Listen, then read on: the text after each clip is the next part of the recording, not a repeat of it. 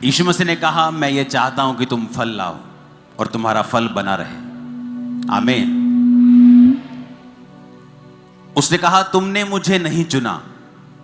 हम कई बार बोलते हैं कि मैंने परमेश्वर को ग्रहण किया।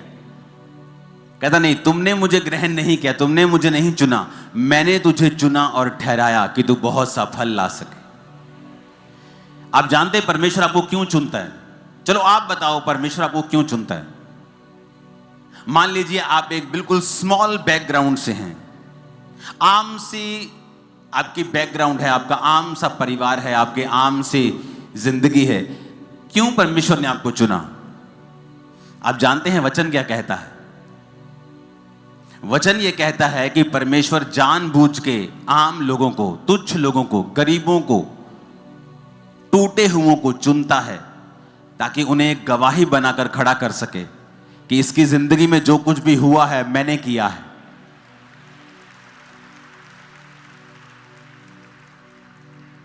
आज मैं ये नहीं कह सकता कि मैं कंप्यूटर इंजीनियर हूं तो मैं बड़ा अच्छा बोलता था, परमेश्वर ने मुझे चुन लिया। इसमें तो फिर मेरी बड़ाई होगी ना कि मैं बड़ा चालाक था तो प्रभु ने चुन लिया। जब मैं परमेश्वर में आया हूं, मैं मेंटली अपसेट था, आम लोगों में बैठकर बात भी नहीं कर सकता था, बिना दवाई और नशों के नहीं जी सकता था। प्रीच करना तो दूर की बात, आम लोगों में कन्वर्सेशन जब होती थी कि मेरे दादाजी को हार्ट अटैक हो गया, मेरी नानी मर गई, मेरी नानी को बीमारी हो गई, तो मेरे को अटैक्स शुरू हो जाते थे, मैं उनमें बैठ नहीं पाता था। तो परमेश्वर ने कहा, मैंने जगत के निर्बलों को, जगत के तुच्छों को चुन लिया ताकि उनको जो अपने आप को कुछ समझते हैं उनको मैं शर्मिंदा करूं तुम लोगों के जरिए, तुम लोगों के द्वारा। इसका मतलब परमेश्वर जब आपको चुनता है वो इसलिए आपको चुनता है कि परमेश्वर आपकी जिंदगी में कुछ बड़ा काम करना चाहता है। उसने आपको फालतू में नहीं चुना। अभी आप जाते जाते अपने घर में जब जाएंगे तो आप पूरी, अगर सब्जी लेनी है तो पूरी रेडी उठा के नहीं ले जाएंगे आप। आपको पता है ये खराब हो जाएगी। मैं जितनी खाना चाहता हूं, चाहती हूं, मैं उतना ही लेके जाऊंगा। तो परमेश्वर ने भी फालतू में आपको नहीं सिरजा है, उसने फालतू में आपको नहीं बनाया है। ऐसे लोग भी मैंने देखे हैं अपनी लाइफ में, आप उन्हें इंटरनेट पे सर्च करें, आपको मिल जाएंगे, जिनके दोनों हाथ नहीं थे, दोनों पांव नहीं थे। अब शैतान उन्हें पूछ सकता है कि तेरे को परमेश्वर ने फालतू ही बनाया है, तो तेरा क्या काम है? तेरा ना तेरे हाथ है ना तेरे पांव है, तो क्या तेरी नरक जैसी जिंदगी है? कुछ तू कर नहीं सकता, चल नहीं सकता, उठ नहीं सकता, खा नहीं सकता अपने आप, तू कुछ नहीं कर सकता। लेकिन परमेश्वर ने आज उसे दुनिया के टॉप प्रचारकों में से एक प्रचारक बना दिया है। आई थिंक निक नाम है उसका, आप जाके गूगल पे सर्च करना। तो यानी आपकी कंडीशन कैसी भी हो, परमेश्वर ने आपको बड़े काम करने के लिए चुना है। आप किसी भी निचली पोजीशन पे हो, कहीं भी हो, आपकी कंडीशन जितनी मर्जी बुरी हो, लेकिन एक बात पक्की है, परमेश्वर ने आपको बड़े काम करने के लिए चुना है। यह पहले दिमाग में बिठाना पड़ेगा, हां या ना। यह दिमाग में जब बैठ जाएगा कि परमेश्वर ने मुझे बड़े काम के लिए चुना है, अब करना क्या है? अब मुझे परमेश्वर के पीछे पीछे चलना है।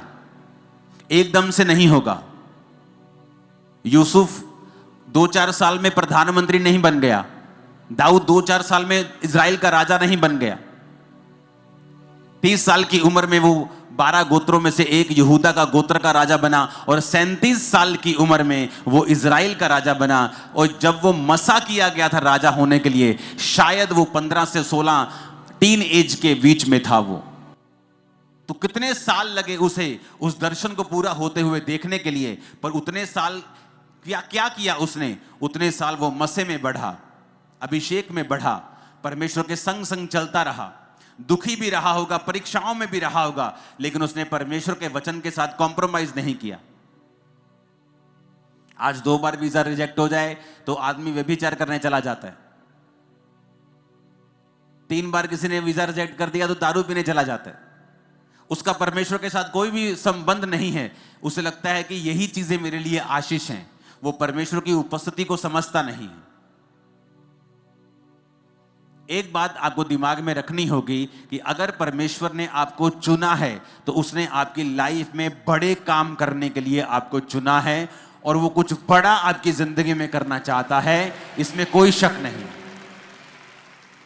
अब परमेश्वर जा रहे थे और रास्ते में जब पेड़ दिखा अंजीर का तो परमेश्वर ने कहा रुको, मुझे भूख लगी। और जब पेड़ के पास गए तो फल नहीं था, और वचन कहता है फल का समय नहीं था। फल का समय नहीं था तो परमेश्वर को बोलना चाहिए ठीक है, समय नहीं है।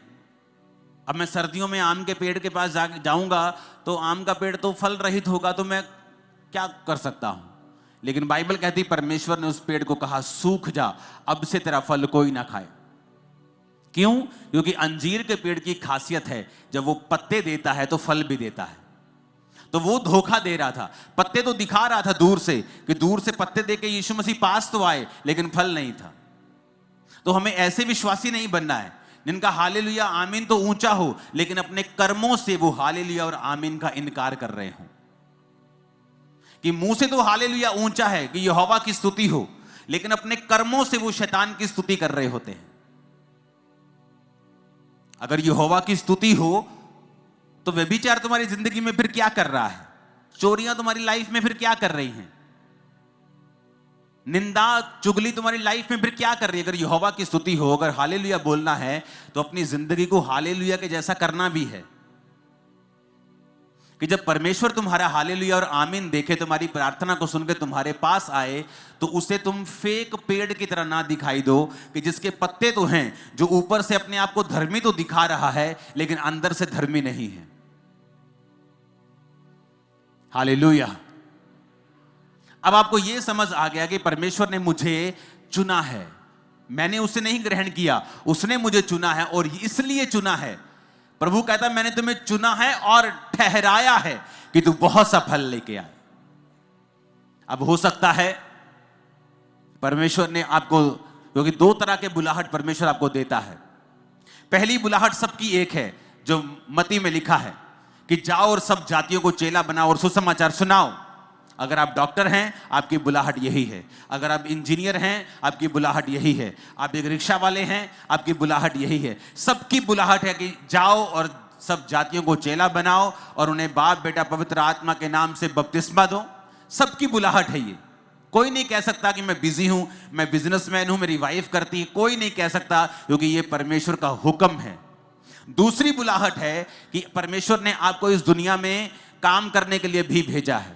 दूसरी बुलाहट यानी आपकी पहली बुलाहट सुसमाचार की है, उसको सपोर्ट करने के लिए परमेश्वर आपको बिजनेस देता है, किसी को जॉब देता है, किसी को कोई काम देता है, वो आपकी दूसरी बुलाहट है। आप डॉक्टर हैं, इंजीनियर हैं, बिजनेसमैन हैं, आप किसी कंपनी में हैं, वो आपकी दूसरी बुलाहट है। लेकिन पहली बुलाहट सबकी एक है कि उन्हें परमेश्वर का काम करना है।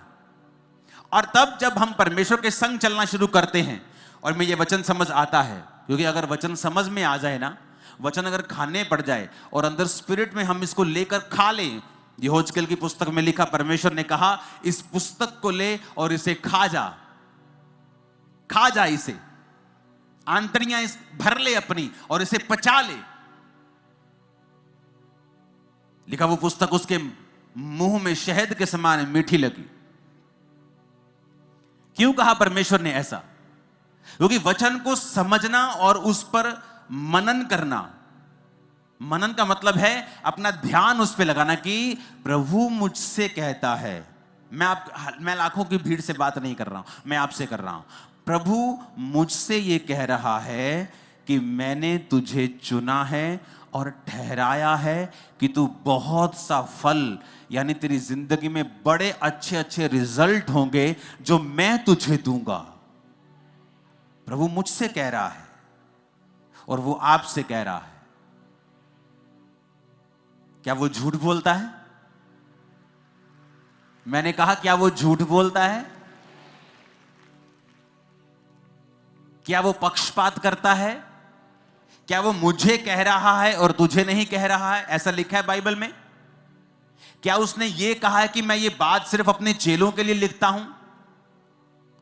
उसने कहा नहीं, हर एक व्यक्ति जो बपतिस्मा ले चुका है, जो परमेश्वर को, उसकी आत्मा को अपने अंदर पा चुका है, जो यीशु मसीह के नाम को ले रहा है, परमेश्वर ने कहा मैंने तुझे चुना और ठहरा दिया है कि तू बहुत सा फल लाए। फल का मतलब क्या? रिजल्ट, टेस्टिमनीज, गुड कैरेक्टर, आत्मिक फल, शारीरिक रिजल्ट, गवाहियां, हीलिंग, डिलीवरेंस, एवरीथिंग जो इस दुनिया में है। परमेश्वर ने कहा मैंने तुझे चुना और ठहराया कि तू बहुत सा फल लाए।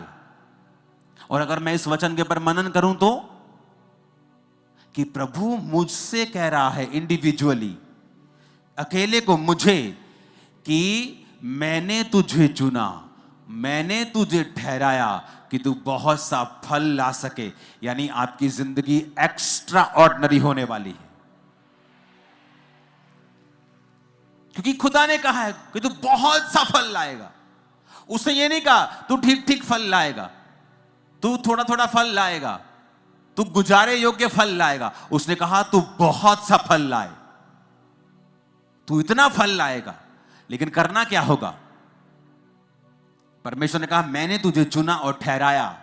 अगर एक पेड़ को फल लाने के लिए आपको बनाना है तो आपको उसे टाइम पर मिट्टी उसकी गोडी करनी होती है, उसको खाद देनी होती है, उसको पानी देना होता है।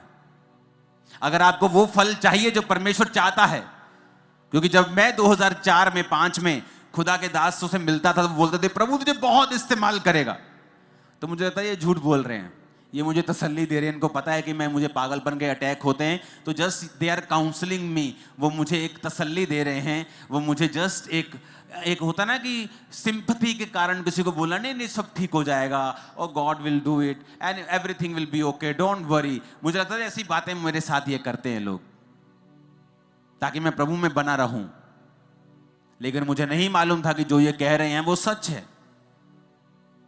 तो मैंने वो पूरा कैसे हुआ? परमेश्वर में मैं खड़ा रहा। आंधी तूफान आते हैं, पेड़ बना रहता है, अगर उसकी जड़ें मजबूत हैं वो गिरता नहीं। उसके बाद पानी, यानी परमेश्वर के वचन से अपने आप को हर वक्त फुल रखना। आंधी और तूफानों में परमेश्वर को, उसके वचन को पकड़े रहना और उसे छोड़ना नहीं। फास्टिंग के साथ, प्रार्थना के साथ एक खाद की तरह काम करना, जिस तरह प्रार्थना और फास्टिंग एक खाद की तरह काम करती है, वचन पानी की तरह काम करता है, और धीरे धीरे फिर आप फल लाने लगते हैं।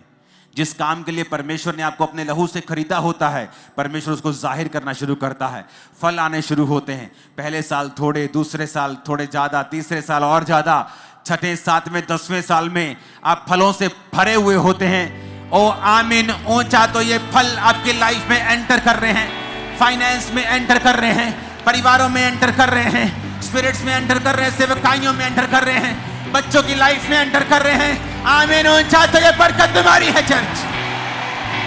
हालेलुया। उसने कहा मैंने तुझे चुना। कोई इंसान नहीं कह रहा है, कोई पॉलिटिशियन नहीं कह रहा मुकर जाएगा, जब पार्टी बड़ी देखेगा इधर उधर तो हो जाएगा। कोई इंसान नहीं कह रहा, खुदा कह रहा है।